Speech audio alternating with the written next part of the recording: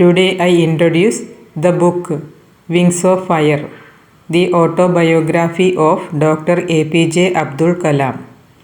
According to the book, Wings of Fire is the autobiography of Dr. A.P.J. Abdul Kalam, co-written by Arun Tiwari, charting his journey from a humble childhood in Rameswaram, India, to become a renowned scientist and the 11th President of India. It highlights his dedication, resilience, and contribution to India's peace and missile programs, emphasizing the power of positive thinking, teamwork, and hard work. Key themes and sections of book include: first, early life and education. Kalam describes his upbringing in a loving, multi-religious family in Rameswaram, the influence of his parents, and his early struggle and educational journey. Second part, scientific career. The second part includes scientific career. The narrative covers his career at ISRO, where he pioneered the first space launch vehicle program SLV-3, and later his leadership at DRDO in developing India's missile program, including Agni and Prithvi. Third part, mentorship and teamwork. Kalam highlights the crucial roles played by mentors like Dr. Vikram Sarabhai and the importance of fostering a collaborative work culture. Next part, vision for India. The book outlines his vision for India to become a developed nation through technological self-sufficiency, often reflecting on personal, professional, and political challenges. Last part, inspiration. Wings of Fire serves as a motivational account aimed at inspiring youth to overcome obstacles, dream big, and contribute to national development. First part, orientation. Chapter 1. I was born into a middle-class Tamil family in the island town of Rameswaram in the erstwhile Madras state. My father Jalaluddin had neither much formal education nor much wealth. Despite these disadvantages, he possessed great innate wisdom and a true generosity of spirit. He had an ideal helpmate in my mother, Ashiyama. I do not recall the exact number of people she fed every day, but I am quite certain that far more outsiders ate with us than all the members of our own family put together. My parents were widely regarded as an ideal couple. My mother's lineage was the more distinguished, one of her forebears having been bestowed the title of Bahadur by British. I was one of many children, a short boy with rather undistinguished looks, born on tall and handsome parents. We lived in our ancestral house, which was built in the middle of the 19th century. It was a fairly large Pakka house made of limestone and brick on Musk Street in Rameswaram. Normally, we ate with my mother sitting on the floor of the kitchen. She should place a banana leaf before me, on which she then ladled rice and aromatic sambar, a variety of sharp homemade pickles, and a dollop of fresh coconut chutney. The famous Shiva temple, which made Rameswaram so sacred to pilgrim, was about a 10-minute walk from our house. Our locality was predominantly Muslim, but there were quite a few Hindu families too, living amicably with their Muslim neighbors. There was a very old mosque in our locality where my father would take me for evening prayers. I had not the faintest idea of the meaning of the Arabic prayers chanted, but I was totally convinced that they reached God. When my father came out of the mosque after the prayers, people of different religions would be sitting outside, waiting for him. Many of them offered bowls of water to my father, who would dip his fingertip in them and say a prayer. This water was then carried home for invalids. I also remember people visiting our home to offer thanks after being cured. My father always smiled and asked them to thank Allah, the benevolent and merciful. The high priest of Rameswaram temple, Pakshi Lakshmana Shastri, was very close friend of my father's.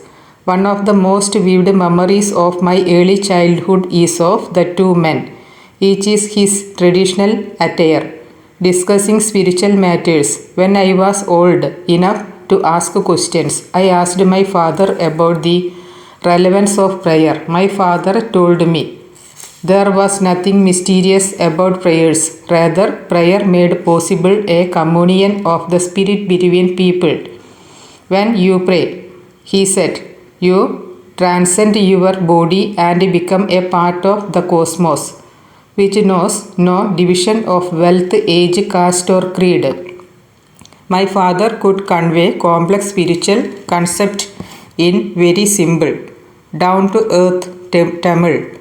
He once told me, in his own time, in his own place, in what he really is, and in the stage he has reached, good or bad, every human being is a specific element within the whole of the manifest divine being.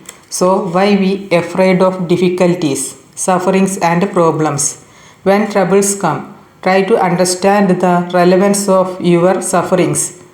Adversity always presents opportunities for introspection. Why doesn't you say this to the people who come to you for help and advice? I asked my father. He put his hands on my shoulders and looked straight into my eyes. For quite some time he said nothing, as if he was judging my capacity to comprehend his words. Then he answered in a low, deep voice. His answer filled me with a strange energy and enthusiasm. Whenever human beings find themselves alone, as a natural reaction, they start looking for company. Whenever they are in trouble, they look for someone to help them. Whenever they reach an impasse, they look to someone to show them the way out. Every recurrent anguish, longing and desire finds its own special helper. For the people who come to me in distress, I am but a go-between in their effort to propitiate demonic forces with prayers and offerings. This is not a correct approach at all and should never be followed. One must understand the difference between a fear-ridden vision of destiny and the vision that enables us to seek the enemy of fulfillment within ourselves. I remember my father starting his day at 4 a.m. by reading the namas before dawn. After the namas, he used to walk down to a small coconut grove we owned about 4 miles from our home. He would return with about a dozen coconuts tied together, thrown over his shoulder. The only then would be have his breakfast. This remained his routine even when he was in his late 60s.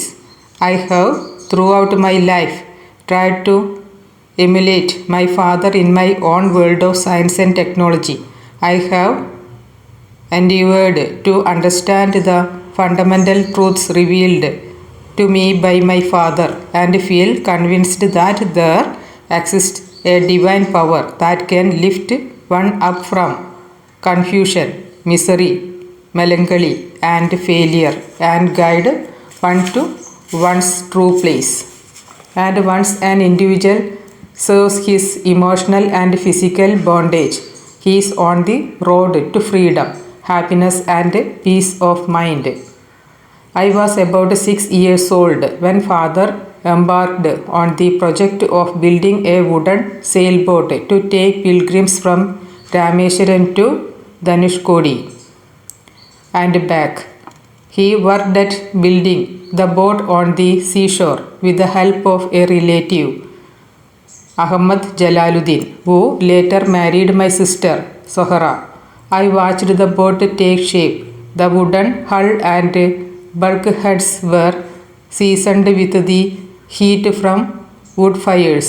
My father was doing good business with the boat when one day a cyclone bring winds of over 100 miles per hour carried away our boat along with some of the landmass of Sedukkare. The Pamban Bridge collapsed with a train full of passengers on it. Until then, I had only seen the beauty of the sea. Now it is uncontrollable energy came as a revelation to me. By the time the boat met its untimely end, Ahmad Jalaluddin had become a close friend of mine. Despite the difference in our ages, he was about 15 years older than I and used to call me Asad. We used to go for a long walk together every evening as we started from the Musk Street and made our way toward the sandy shores of the island. Jalaluddin and I talked mainly of spiritual matters. The atmosphere of Rameswaram with its flocking pilgrims was conducive to such discussion. Our first halt would be at the imposing temple of Lord Shiva, circling around the temple with the same reverence as any pilgrim from a distant part of the country. We felt a flow of energy pass through us. Jalaluddin would talk about God as if he had a working partnership with him. He would present all his doubts to God as if he were standing nearby to dispose of them.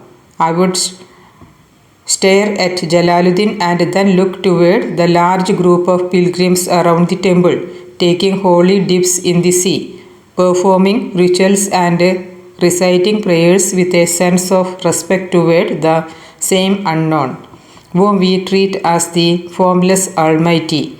I never doubted that the prayers in the temple reached the same destination as the ones offered in our mosque. I only wondered whether Jalaluddin had any other special connection to God. Jalaluddin's schooling had been limited principally because of his family's straitened circumstances. This may have been the reason why he always encouraged me to excel in my studies and enjoyed my success vicariously. Never did I find the slightest trace of resentment in Jalaluddin for his deprivation. Rather, he was always full of gratitude for whatever life had chosen to give him. Incidentally, at the time I speak of, he was the only person on the entire island who could write English. He wrote letters for almost anybody in need, be they letters of application or otherwise. Nobody of my acquaintance, either in my family or in the neighborhood, even had Jalaluddin's level of education or any links of consequence with the outside world. Jalaluddin always spoke to me about educated people, of scientific discoveries, of contemporary literature, and of the achievements of medical science. It was he who made me aware of the brave new world beyond our narrow confines. In the humble environs of my boyhood, books were a scarce commodity by local standards. However, the personal library of Str. Manikam, a former revolutionary or militant nationalist, was seizable. He encouraged me to read all I could, and I often visited his home to borrow books. Another person who greatly influenced my boyhood was my first cousin, Shamsuddin. He was the sole distributor for newspapers in Rameswaram. The newspapers would arrive at Rameswaram station by the morning train from Pamban. Shamsuddin's newspaper agency was a one-man organization catering to the reading demand of the 1,000-strong literate peoples of Rameswaram town. These newspapers were mainly brought to keep abreast of current developments in the national independence movement, for astrological reference, or to check the billion rate prevailing in Madras. A few readers with a more cosmopolitan outlook would discuss Hitler, Mahatma Gandhi, and Jinnah. Almost all would finally flow into the mighty political current of Periyar E.V. Ramaswamy's movement against high caste Hindus. Dinamani was the most sought after newspaper.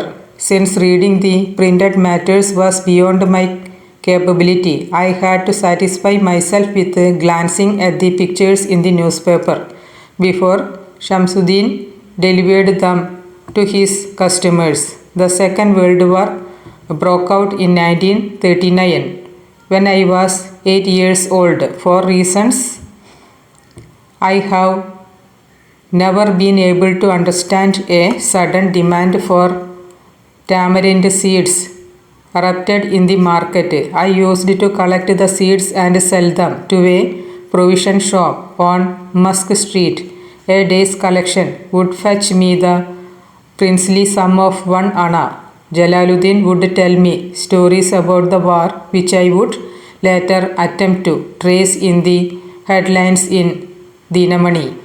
Our area, being isolated, was completely unaffected by the war, but soon India was forced to join the Allied force and something like a state of emergency was declared. The first casualty came in the form of the suspension of the train halt at a Rameswaram station. The newspapers now had to be bundled and thrown out from the moving train on the Rameswaram road between Rameswaram and Dhanushkodi. That forced Shamsuddin to look for a helping hand to catch the bundles, and as if naturally I filed the slot. Shamsuddin helped me earn my first wages half a century later. I can still feel the surge of pride in earning my own money for the first time. Every child is born with some inherent characteristics into a specific socio-economic and emotional environment and trained in certain way by figures of authority. I inherited honesty and self-discipline from my father. From my mother, I inherited faith in goodness and deep kindness, and so did my 3 brothers and sisters. But it was the time I spent with Jalaluddin and Shamsuddin that perhaps contributed most to the uniqueness of my childhood and made all the difference in my later life. The unschooled wisdom of Jalaluddin and Shamsuddin was so intuitive and responsive to non-verbal messages that I can unhesitatingly attribute my subsequently manifested creativity to their company in my childhood. I had 3 close friends in my childhood: Ramananda Shastri, Aravindan, and Shivaprakasan. All these boys were from orthodox Hindu Brahmin families. As children, none of us ever felt any difference amongst ourselves because of our religious differences and upbringing. In fact, Ramananda Shastri was the son of Pakshi Lakshmana Shastri, the high priest of the Rameswaram temple. Later, he took over the priesthood of the Rameswaram temple from his father. Aravindan went into the business of arranging transport for visiting pilgrims, and Shivaprakasan became a catering contractor for the Southern Railway. During the annual Sri Sita Rama Kalyan ceremony, our family used to arrange boats with a special platform for carrying idols of the Lord from the temple to the marriage site, situated in the middle of the pond called Rama Tirtha, which was near our house. Events from the Ramayana and from the life of the prophet were the bedtime stories my mother and grandmother would tell the children in our family. One day, when I was in the 5th standard at the Rameswaram Elementary School, a new teacher came to our class. I used to wear a cap which marked me as a Muslim, and I always sat in the front row next to Ramananda Shastri, who wore a sacred thread. The new teacher could not stomach a Hindu priest's son sitting with a Muslim boy. In accordance with our social ranking, as the new teacher saw it, I was asked to go and sit on the back bench. I felt very sad, and so did Ramananda Shastri. He looked utterly downcast as I shifted to my seat in the last row. The image of him weeping when I shifted to the last row left a lasting impression on me. After school, we went home and told our respective parents about the incident. Lakshmana Shastri summoned the teacher and in our presence told the teacher that he should not spread the poison of social inequality and communal intolerance in the mind of innocent children. He bluntly asked the teacher to either apologize or quit the school and the island. Not only did the teacher regret his behavior, but the strong sense of conviction Lakshmana Shastri conveyed ultimately reformed his young teacher. On the whole, the small society of Rameswaram was highly stratified and very rigid in terms of segregation of different social groups. However, my science teacher, Siva Subramanya Iyer, though an orthodox Brahmin with a very conservative wife, was something of a rebel. He did his best to break social barriers so that people from varying backgrounds could mingle easily. He used to spend hours with me and would say, "Kalam, I want you to develop so that you are on par with the highly educated people of the big cities." One day, he invited me to his home for a meal. His wife was horrified at the idea of a Muslim boy being invited to dine in her richly pure kitchen. She refused to serve me in her kitchen. Iyer was not perturbed, nor did he get angry with his wife, but instead served me with his own hands and sat down beside me to eat his meal. His wife watched us from behind the kitchen door. I wondered whether she had observed any difference in the way I ate rice, drank water, or cleaned the floor after the meal. When I was leaving his house, Iyer invited me to join him for dinner again the next weekend. Observing my hesitation, he told me not to get upset, saying, "Once you decide to change the system, such problems have to be confronted." When I visited his house the next week, Iyer's wife took me inside her kitchen and served me food with her own hands. Then the Second World War was over and India's freedom was imminent. "Indians will build their own India," declared Gandhiji. The whole country was filled with an unprecedented optimism. I asked my father's permission to leave Rameswaram and study at the district headquarters in Ramanandapuram.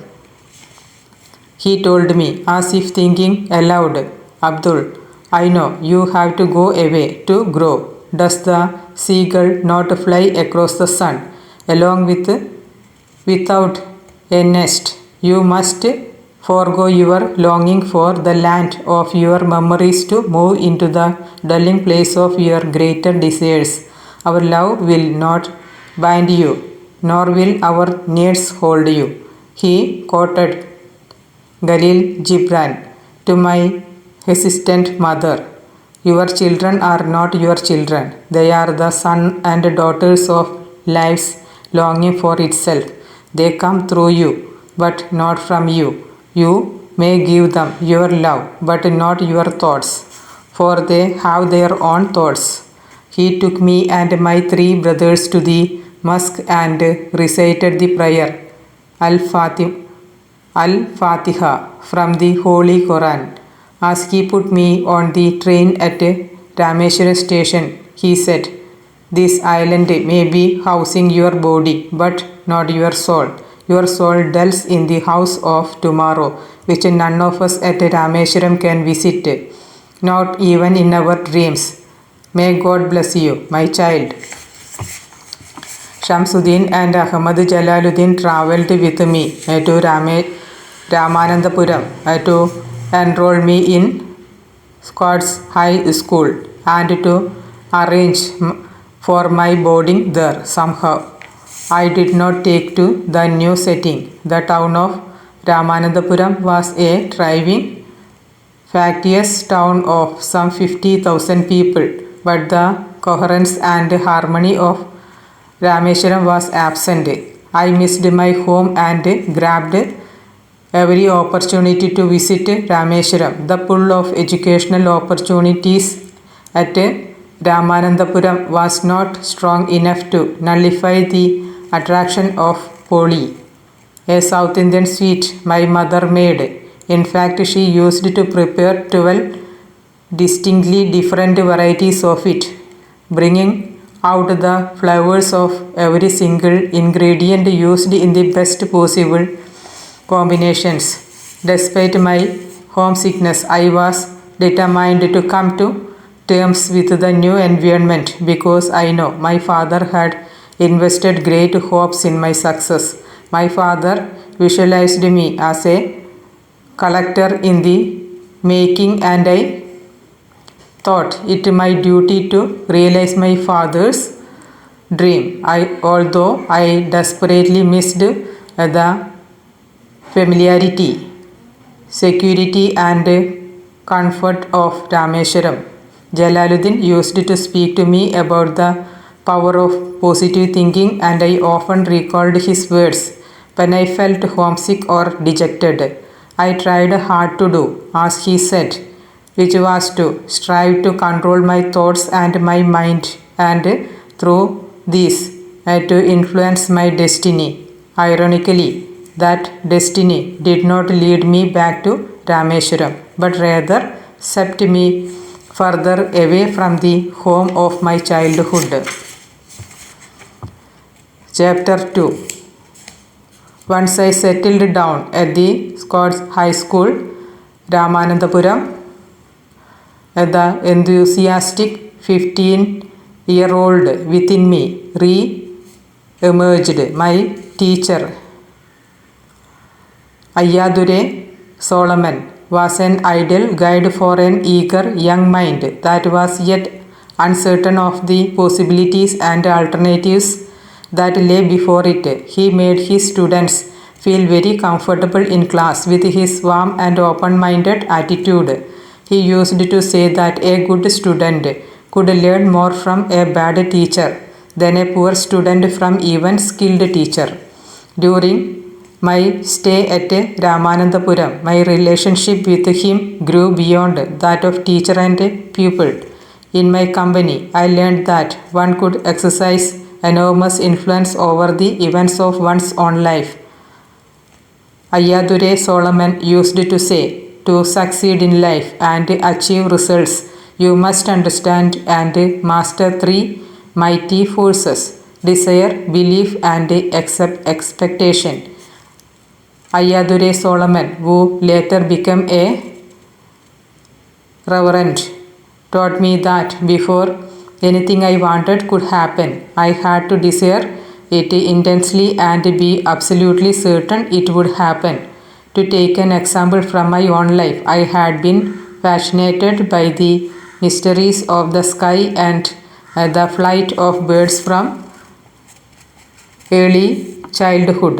I used to watch cranes and seagulls soar into flight and longed to fly. Simple provincial boy though I was convinced that one day I too would soar up into the skies. Indeed, I was the first child from Rameswaram to fly.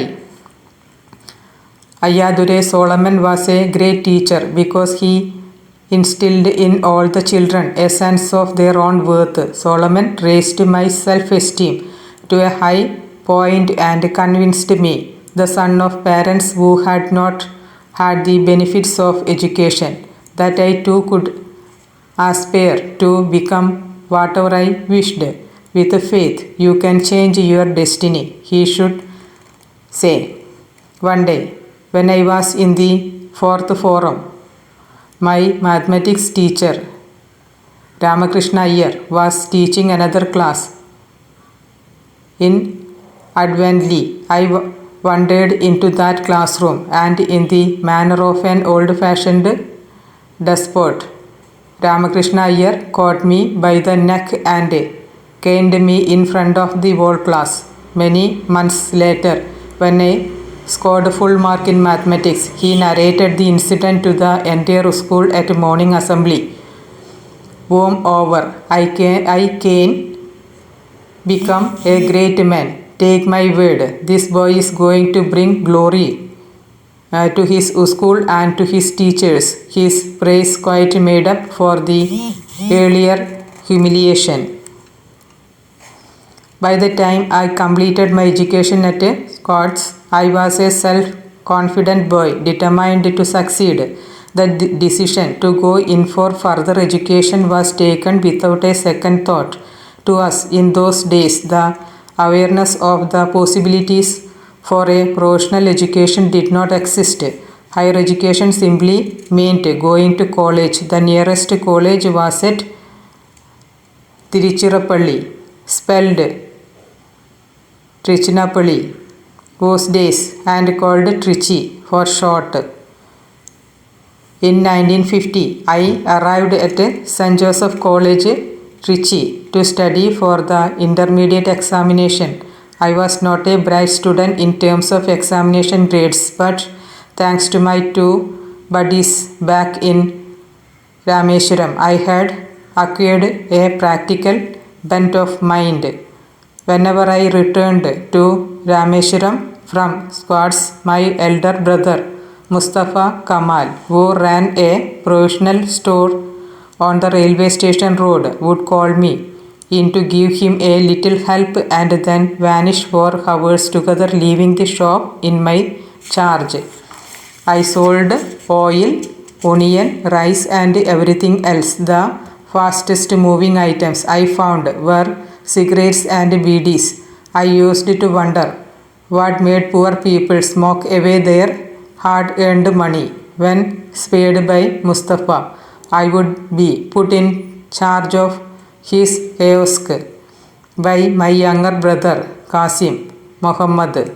There I sold novelties made of seashells. At St. Joseph's, I was lucky to find a teacher like Reverend Father T.N. Zakaria. He taught us English and was also our hostel warden. We were about 100 boys living in the three-storied hostel building. Reverend Father used to visit each boy every night with a Bible in his hand. His energy and patience was amazing. He was a very considerate person who took care of even the most minute requirement of his students. On Deepavali On his instructions, the brother in charge of the hostel and the mess volunteers would visit each room and distribute good gingerly oil for the ritual bath. I stayed on the St. Joseph campus for 4 years and shared my room with two others.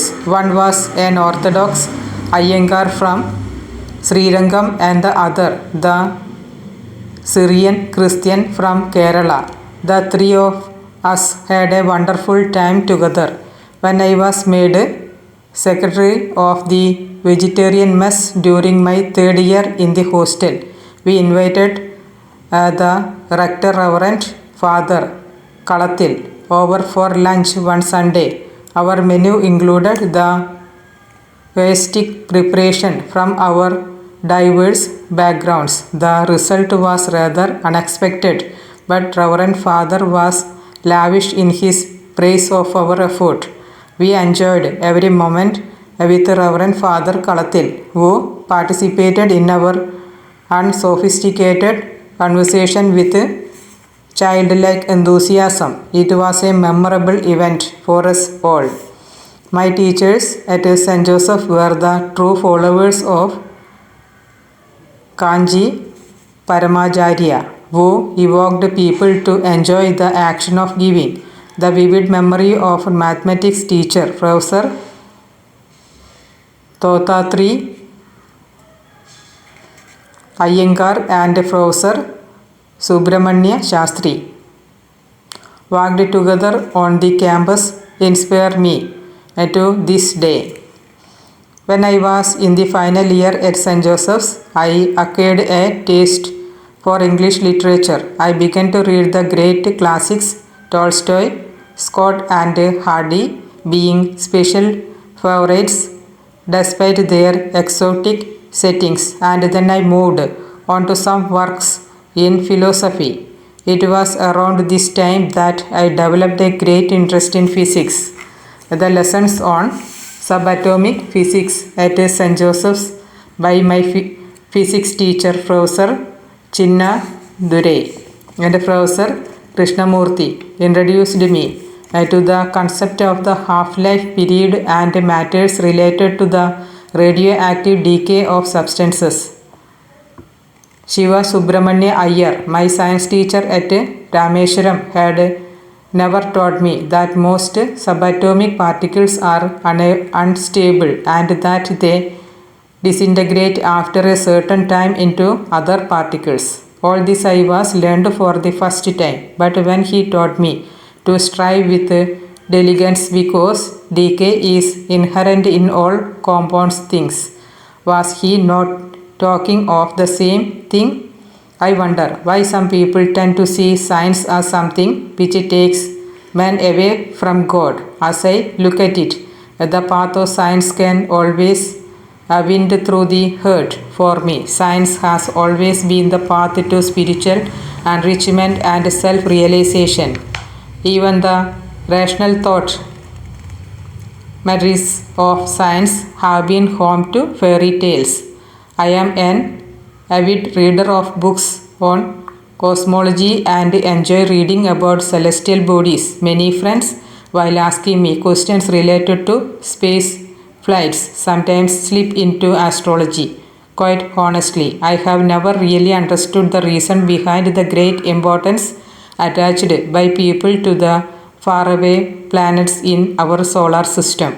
As an art, I have nothing against astrology, but if it seeks acquaintance under the guise of science, I reject it. I do not know how these myths evolved about planets, stars, constellations, and even satellites, that they can exercise power on human beings. The highly complicated calculations manipulated around the precise movement of celestial bodies to derive highly subjective conclusions appear illogical to me. As I see it, the Earth is the most powerful and energetic planet, as John Milton put it so beautifully in Paradise Lost. Book 8. What if the sun be center to the world and other stars, the planet Earth, so steadfast though she seem, insensibly three different notions move. Whenever you go on this planet, there is movement and life, even apparently inanimate things like rocks, metals, timber, clay, and full of intrinsic movement, with electrons dancing around each nucleus. This motion originates in their response to the confinement imposed to them by the nucleus by means of electric forces which try to hold them as close as possible. Electrons, just like any individual with a certain amount of energy, detest confinement. The tighter the electrons are held by the nucleus, the higher their orbital velocity will be. In fact, the confinement of electrons in an atom result in enormous velocities of about 1000 km per second. These high velocities make the atom appear a rigid shape, sphere, just as fast moving fan appear like a disk. It is very difficult to compress atom more strongly, thus giving matter its familiar solid aspect. Everything solid thus contains much empty space within, and everything stationary contains great movement within. It is as though the great dance of Shiva is being performed on earth during every moment of our existence. When I joined the BSc degree course at St. Joseph's, I was unaware of any other option for higher education, nor did I have any information about career opportunities available to a student of science. Only after obtained a BSc did I realize that physics was not my subject. I had to go into engineering to realize my dreams. I could have joined the engineering course long ago, right after finishing my intermediate course. Better late than never, I told myself as I made the detour, applying for admission into the Madras Institute of Technology, regarded as the crown jewel of technical education in South India at that time. I managed to be on the list of selected candidates, but admission to this prestigious institution was an expensive affair. Around 1,000 rupees was required, and my father could not spare that much money. At that time, my sister Sohra stood behind me, mortgaging her gold bangles and chain. I was deeply touched by her determination to see me educated and by her faith in my abilities. I vowed to release her bangles from mortgage with my own earning. The only way before me to earn money at that point of time was to study hard and get a scholarship. I went ahead at full steam. What fascinated me most at MIT was the sight of two decommissioned aircraft displayed there for the demonstration of the various subsystems of flying machines. I felt a strange attraction toward them and would sit near them long after other students had gone back to the hostel, admiring men's will to fly free in the sky like a bird. After completing my first year, when I had to opt for a specific branch, I almost spontaneously chose aeronautical engineering. The goal was very clear in my mind now. I was going to fly aircraft. I was convinced of this, despite being aware of my lack of assertiveness, which probably came about because of my humble background. Around this time, I made a special effort to try and communicate with different kinds of people. There were setbacks, disappointments, and distractions. But my father's inspiring words angered me in those periods of nebulous drift. He who knows others is learned, but the wise one is the one who knows himself. Learning without wisdom is of no use. In the course of my education at MIT, 3 teachers shaped my thinking. Their combined contributions formed the foundation on which I later built my professional career. These 3 teachers were Professor Sponder, Professor K.A.V. Pandale and Professor Narasimha Rao. Each one of them had very distinct personalities, but they shared a common impulse, the capacity to feed their students' intellectual hunger by sheer brilliance and untiring zeal. Professor Sponder taught me technical aerodynamics. He was an Austrian with rich practical experience in aeronautical engineering. During the Second World War, he had been captured by the Nazis and imprisoned in a concentration camp. Understandably, he had developed a very strong dislike for Germans. Incidentally, the aeronautical department was headed by a German, Professor Walter Repentin. Another well-known professor, Dr. Kurt Tank, was distinguished aeronautical engineer.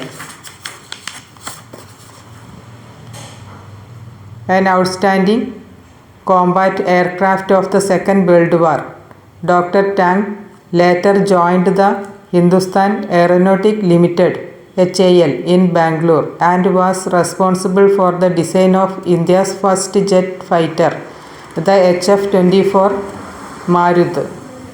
Notwithstanding these irritants, Professor Sponder preserved his individuality and maintained high professional standards. He was always calm, energetic, and in total control of himself. He kept abreast of the latest technologies and expected his students to do the same. I consulted him before opting for aeronautical engineering. He told me that one should never worry about one's future prospects.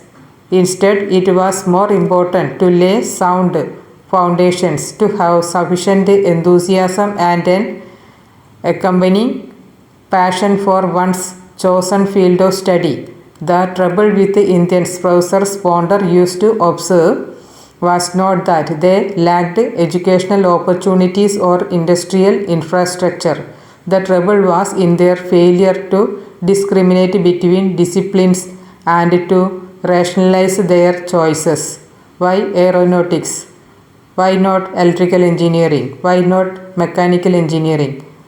I myself would like to tell all novitate engineering students that when they choose their specialization, the essential point to consider is whether the choice articulate their inner feelings and aspirations. Professor K.A.V. Pandale taught me aerostructure design and analysis. He was a cheerful, friendly, and enthusiastic teacher who brought a fresh approach to every year's teaching course. It was Professor Pandale who opened up the secret of structural engineering to us. Even today, I believe that everyone who has been taught by Professor Pandale would agree that he was a man of great intellectual integrity and scholarship, but with no trace of arrogance. His students were free to disagree with him on several points in the classroom. Professor Narasimha Rao was the mathematician who taught us theoretical aerodynamics. I still remember his method of teaching fluid dynamics. After attending his classes, I began to prefer mathematical physics to any other subject. Often I have been told I carry a surgical knife to aeronautical design reviews. If it had not been for Professor Rowe's kind and persistent advice on picking up proofs to equations of aerodynamic flow, I would not have acquired this metaphorical tool. Aeronautic is a fascinating subject containing within it the promise of freedom. The great difference between freedom and escape, between motion and movement, between slide and flow are the secrets of this science. My teachers revealed this truth to me through their meticulous teaching. They created within me an excitement about aeronautics. Their intellectual fervor, clarity of thought, and passion for perfection helped me to launch into a serious study of fluid dynamic mode of compressible medium motion, development of shock wave and shock induced flow separation at increased speed, shock stall and shock wave drag. Slowly a great amalgamation of information took place in my mind. The structural features of aeroplanes began to gain new meanings. Biplanes, monoplanes, tailless planes, canard configured planes, delta wing planes, all these began to assume increasing significance for me. The three teachers, all of them authorities in their different fields, helped me to mold a composite knowledge. My third and last year at MIT was a year of transition and was to have a great impact on my later life. In those days, a new climate of political enlightenment and industrial effort was sweeping across the country. I had to test my belief in God and see if it could fit into the matrix of scientific thinking. The accepted view was that a belief in scientific methods was the only valid approach to knowledge. If so, I wondered, was matter alone the ultimate reality and were spiritual phenomena but a manifestation of matter? Were all ethical values relative, and was sensory perception and only source of knowledge and truth? I wondered about these issues, attempting to sort out the vexing question of scientific temper and my own spiritual interests. The value system in which I had been nurtured was profoundly religious. I had been taught that true reality lay beyond the material world in the spiritual realm, and that knowledge could be obtained only through inner experience. Meanwhile, when I had finished my course work, I was assigned a project to design a low-level attack aircraft. Together with 4 other colleagues, I had taken up the responsibility of preparing and drawing the aerodynamic design. My teammates distributed among themselves the task of designing the propulsion, structure, control, and instrumentation of the aircraft. One day, my design teacher, Professor Srinivasan, then the director of the MIT, reviewed my progress and declared it dismal and disappointing. I offered a dozen excuses for the delay, but none of them impressed Professor Srinivasan. I finally pleaded for a month's time to complete the task. The professor looked at me for some time and said, "Look, young man, today is Friday afternoon. I give you 3 days time. If by Monday morning I don't get the configuration drawing, your scholarship will be stopped." I was dumbstruck. The scholarship was my lifeline and I would be quite helpless if it was withdrawn. I could see no other way but to finish the task as I had been instructed. That night, I reminded that the drawing board, skipping dinner.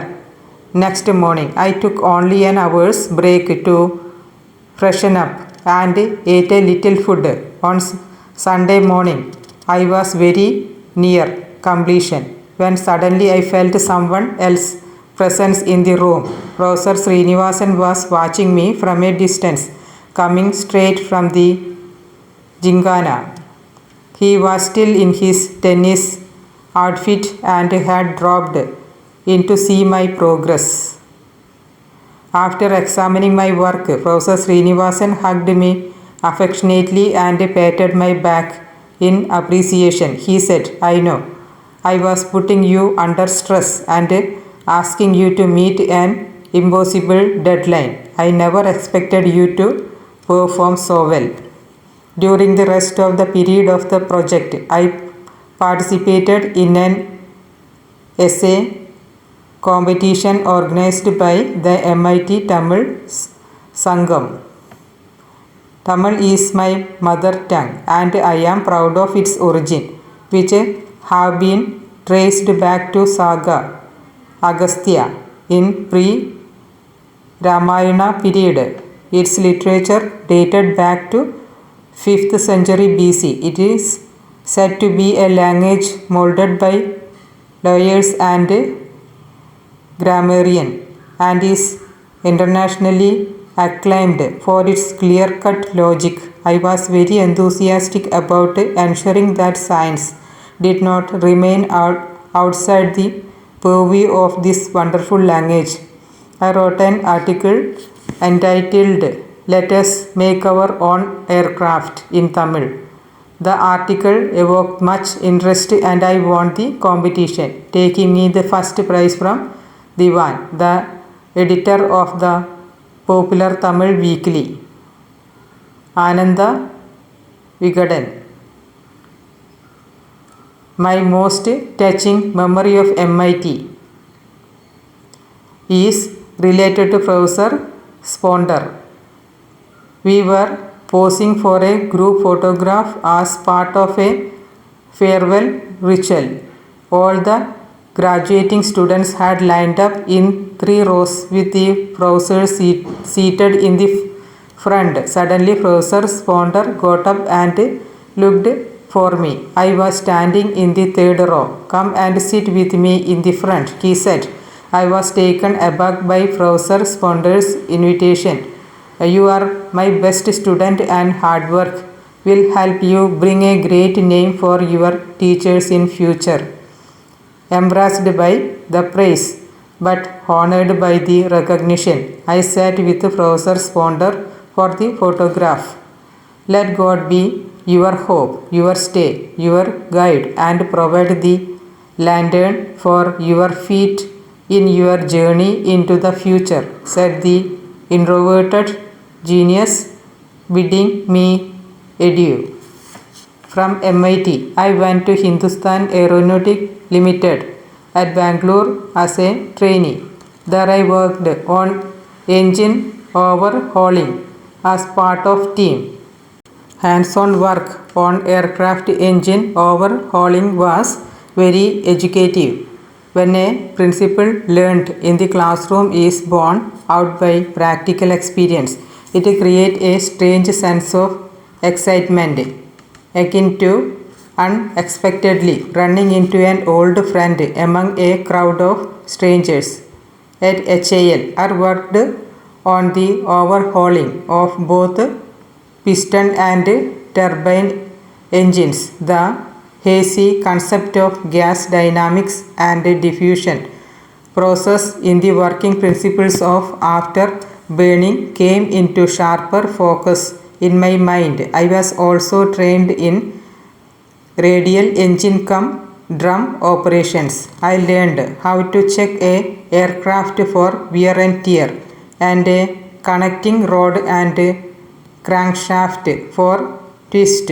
I did calibrations of a fixed pinch fan fitted to a supercharged engine. I open up pressure and acceleration speed control systems and air starter supply systems of turbo engines, getting to understand feathering, unfeathering and reversing of propeller engine was very interesting. The demonstration of the delicate art of beta blade angle control by HAL technicians still lingers in my memory. They had neither studied in major universities nor were they merely implementing what their engineer in charge was suggesting. They had been working hands-on for years and this had given them something like an intuitive feel for the work. 2. Alternative opportunities for employment, both close to my long-standing dream of flying, presented themselves before me when I came out of HAL as a graduate aeronautical engineer. One was a career in the Air Force and another was a job at the Directorate of Technical Development and Production of the Ministry of Defense. I applied for both. The interview call arrived from both the places almost simultaneously. I was asked to reach Dehradun by an Air Force recruitment authorities and Delhi by DTD and P. The boy from one Coromandel coast took a train to the north. The destination was more than 2000 km away. It was to be my first encounter with the vastness of my motherland. Chapter 3. Through the window of the compartment, I watched the countryside slip past. From a distance, the men in the fields in their white dhotis and turbans, and the women folk in bright splashes of color against the green background of paddy fields, seemed to inhabit some beautiful painting. I sat glued to the window. Almost everywhere, people were engaged in some activity which had a rhythm and tranquility about it. Men driving cattle, women fetching water from streams. Occasionally, a child would appear and wave at the train. It is astonishing how the landscape changes as one moves northward. The rich and fertile plains of the river Ganga and its numerous tributaries have invited invasion, turmoil, and change around 1500 BC. Fair-skinned Aryans swept in through the mountain passes from the far northwest. The 10th century brought Muslims who later mingled with the local people and became an integral part of this country. One empire gave way to another. Religious conquest continued. All this time, the part of India south of the Tropic of Cancer remained largely untouched, safe behind the shield of the Vindhya and Satpura mountain ranges. The Narmada, Tapti, Mahanadi, Godavari and Krishna rivers had woven a net of almost unassailable protection for the tapering Indian peninsula. To bring me to Delhi, my train had crossed all these geographical impediments through the power of scientific advancement. I halted for a week in Delhi, the city of the great Sufi saint Hazrat Nizamuddin, and appeared for the interview at DTD and P. I did well at the interview. The questions were of a routine nature and did not challenge my knowledge of the subject. Then I proceeded at Dehradun for my interview at the Air Force Selection Board. At the selection board, the emphasis was more on personality than on intelligence. Perhaps they were looking for physical fitness and an articulate manner. I was excited but nervous, determined but anxious, confident but tense. I could only finish 9th in the batch of 25 examined to select 8 officers for commissioning in the Air Force. I was deeply disappointed. It took me some time to comprehend that the opportunity to join Air Force had just slipped through my fingers. I dragged myself out of the selection board and stood at the edge of a cliff. There was a lake far below. I know that the days ahead would be difficult. There were questions to be answered and a plan of action to be prepared. I trekked down to Rishikesh. I bathed in the Ganga and reveled in the purity of its water. Then I walked to the Shivananda ashram, situated a little way up the hill. I could feel intense vibration. When I entered, I saw a large number of sadhus seated all around in a state of trance. I had read that sadhu were physic people.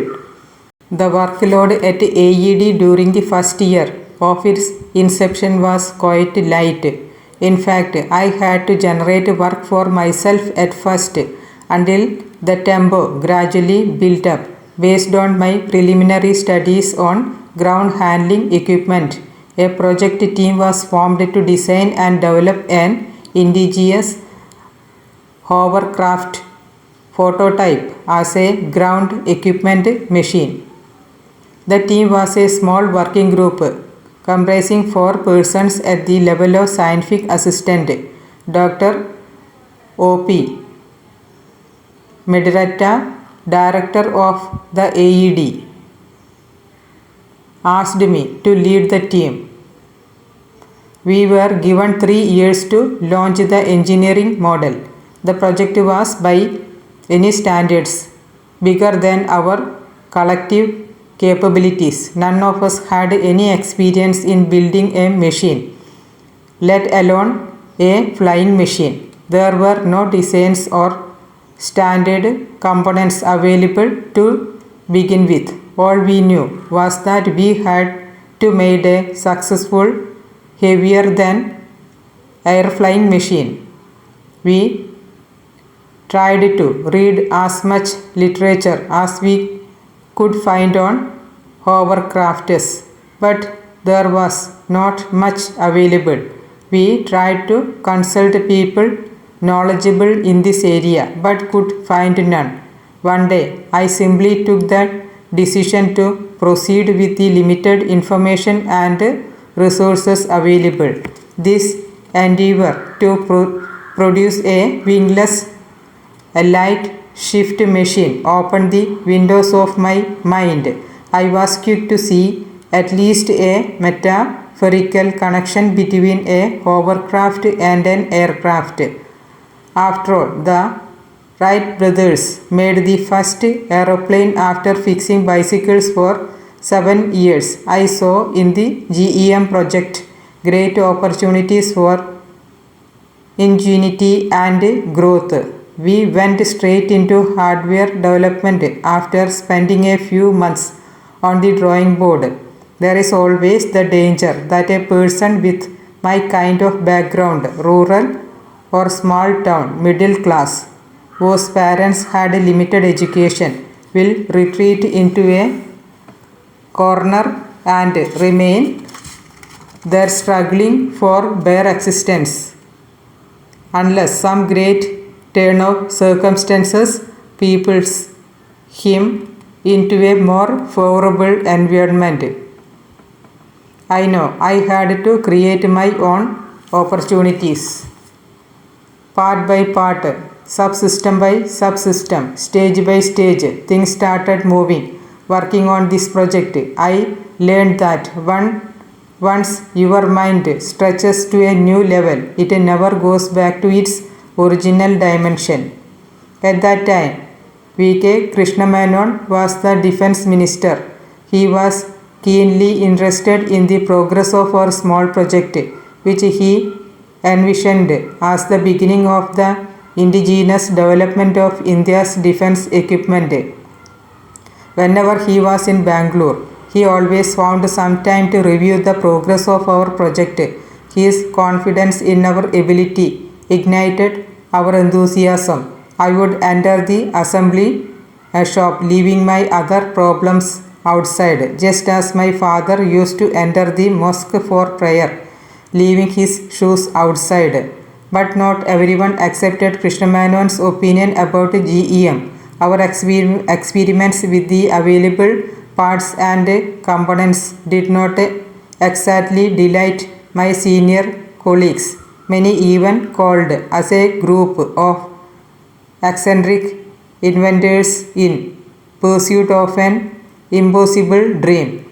I, being the leader of the navies, was a particularly inviting target. I was regarded as yet another country bumpkin who believed that reading the air was his domain. The weight of opinion against us buttressed my ever optimistic mind. The comments of some of the senior scientists at AED made me recall John Trowbridge's famous satirical poem on the Wright brothers, published in 1896. With thimble and thread, and wax and hammer, and buckles and screws, and all such things as genius use. 2 bats for patterns, curious fellows, a charcoal pot and a pair of bellows. When the project was about a year old, Defense Minister Krishna Menon made one of his routine visits to AED. I escorted him into our assembly shop. Inside on a table lay the GEM model broken down into sub-assemblies. The model represented the culmination of 1 year's untiring effort to develop a practical hovercraft for battlefield applications. The minister fired one question after another at me, determined to ensure that the prototype would go into test flight within the coming year. He told Dr. Mediatra, GM flight is possible with the gadget Kalam now possesses. The hovercraft was chastened Nandi after the bull ridden by Lord Shiva. For a prototype, its form, fit and finished was beyond our expectation, given the rudimentary infrastructure we possessed. I told my colleagues, here is a flying machine, not constructed by a bunch of cranks, but by engineers of ability. Don't look at it. It is not made to look at, but to fly with. Defense Minister Krishna Menon flew in the Nandi, overruling the accompanying officials concerned for his safety. A group captain in the minister's troop, who had logged in many thousands of flying hours, even offered to fly the machine to save the minister from the potential danger of flying with an inexperienced civilian pilot like myself, and gestured to me to come out of the machine. I was sure about my competence in flying the machine I had made, and therefore shook my head in negation. Observing this wordless communication, Krishna Menon dismissed the insulting suggestion of the group captain with a laugh and signaled to me to start the machine. He was very happy. You have demonstrated that the basic problems of hovercraft development are solved. Go for more powerful prime mover and call me for a second ride, Krishna Menon told me. The skeptical group captain, now Air Marshal Gole, later became a good friend of mine. We completed the project ahead of schedule. We had a working hovercraft with us, moving on an air cushion of about 40 mm with a load of 550 kg, including the tire weight. Dr. Mediata was visibly pleased with the achievement. But by this time, Krishna Menon was cut off office and could not take his promised second ride in the new order. And not many people shared his dream with regard in military applications of an indigenous hovercraft. In fact, even today we import hovercrafts. The project was made in controversies and was finally shelved. It was a new experience for me. So far I had believed that the sky was the limit, but now it appeared that the limits were much closer. There are boundaries that dictate life. You can only lift so much weight. You can only learn so fast. You can only work so hard. You can only go so far. I was unwilling to face reality. I had put my head to soul into Nandi. That it would not be used was something beyond my comprehension. I was disappointed and disillusioned. In this period of confusion and uncertainty, memories from my childhood came back to me and I discovered new meanings in them. Pakshi Shastri used to say, "Seek the truth, and the truth shall set you free." As the Bible says, "Ask and you shall receive." It did not happen immediately, but it happened nevertheless. One day, Dr. Mediatra called me. He inquired about the state of our hovercraft. When told that it was in perfect condition to be flown, he asked me to organize a demonstration for an important visitor the next day. No VIP was scheduled to visit the laboratory during the next week, as far as I knew. However, I communicated Dr. Mediratta's instructions to my colleagues and we felt a new surge of hope. The next day, Dr. Mediratta brought a visitor to our hovercraft, a tall, handsome, bearded man. He asked me several questions about the machine. I was struck by the objectivity and clarity of his thinking. "Can you give me a ride in the machine?" he inquired. His request filled me with joy. Finally, here was someone who was interested in my work. He took a 10-minute ride in the hovercraft, a few centimeters above the ground. We were not flying, but were definitely floating in the air. The visitor asked me a few questions about myself, thanked me for the ride and departed. But not before introducing himself. He was Professor M.G.K. Menon, Director of Tata Institute of Fundamental Research. After a week, I received a call from the Indian Committee for Space Research to attend an interview for the post of a rocket engineer. All I knew about INCOSPER at that time was that it was formed out of the TIFR talent pool at Bombay to organize space research in India.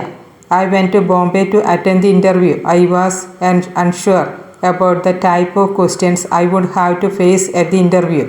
There was hardly any time to read up or talk to any experienced person. Lakshmana Shastri's voice, quoting from the Bhagavad Gita, echoed in my ears. All beings are born to delusion, overcome by the dualities which arise from wish and hate. But those men of virtuous deed in whom sin has come to an end, freed from the delusion of dualities, worship me steadfast in their vows. I reminded myself that the best way to win was to not need to win. The best performances are accomplished when you are relaxed and free of doubt. I decided to take things as they came, since neither Professor M.G.K. Menon's visit nor the call for an interview had been of my making. I decided this was the best attitude to take. I was interviewed by Dr. Vikram Sarabhai along with Professor M.G.K. Menon and Mr. Sharaf, then the Deputy Secretary of the Atomic Energy Commission. As I entered the room, I sensed their warmth and friendliness. I was almost immediately struck by Dr. Sarabhai's warmth. There was none of the arrogance or the patronizing attitude which interviewers usually display when talking to a young and vulnerable candidate. Dr. Sarabhai's questions did not probe my existing knowledge or skill. Rather, they were an exploration of the possibilities I was filled with. He was looking at me as if in reference to a larger world. The entire encounter seemed to me a total moment of truth in which my dream was enveloped by the larger dream of a bigger person. I was advised to stay back to a couple of days. However, the next evening I was told about my selection. I was to be absorbed as a rocket engineer at INCOSPAR. INCOSPAR. This was a breakthrough a young man like myself dreamed of.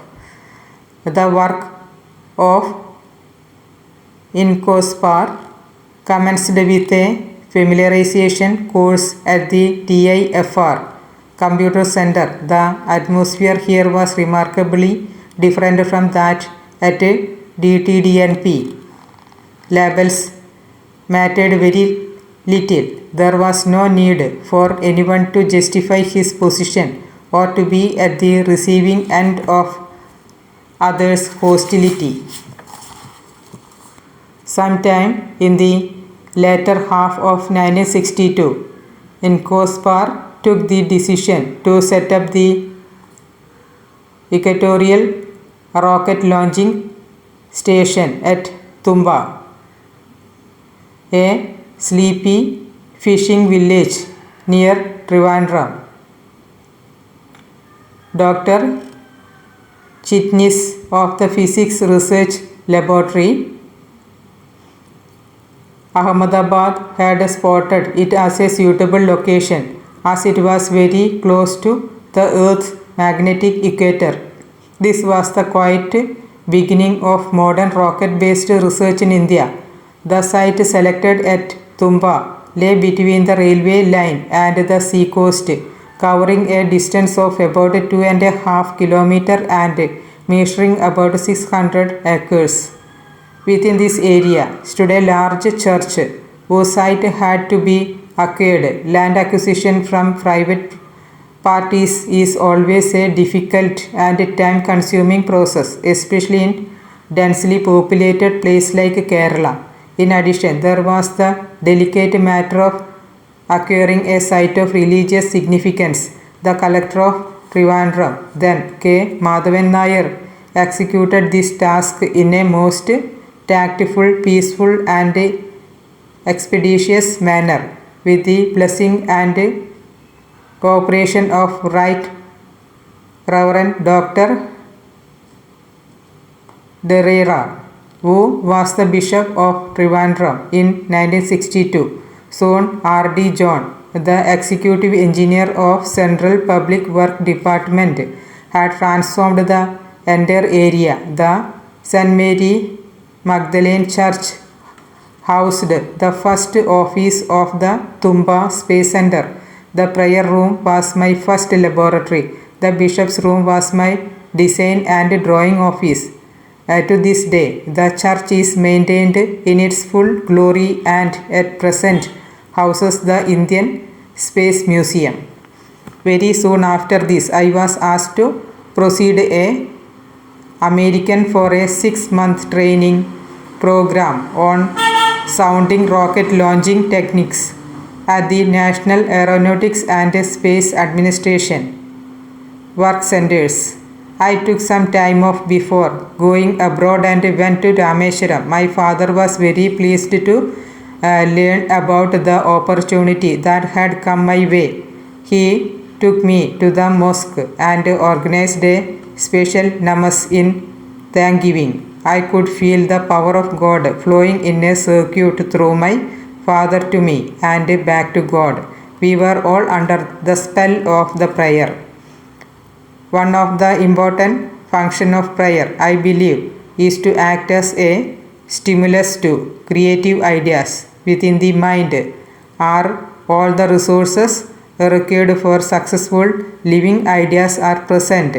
The consciousness which, when released and given scope to grow and take shape, can lead to successful events. God, our Creator, has stored within our mind and personalities great potential.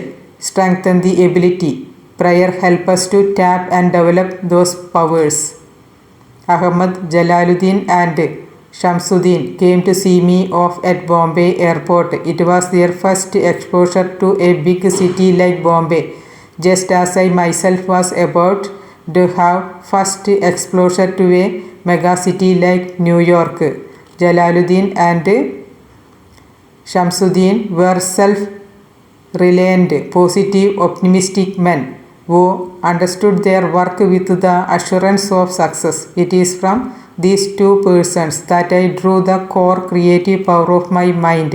My sentiments could not be contained. I could feel the mist of tears in my eyes. Then Jalaluddin said, Asad, we have always loved you and we believe in you. We shall always be proud of you.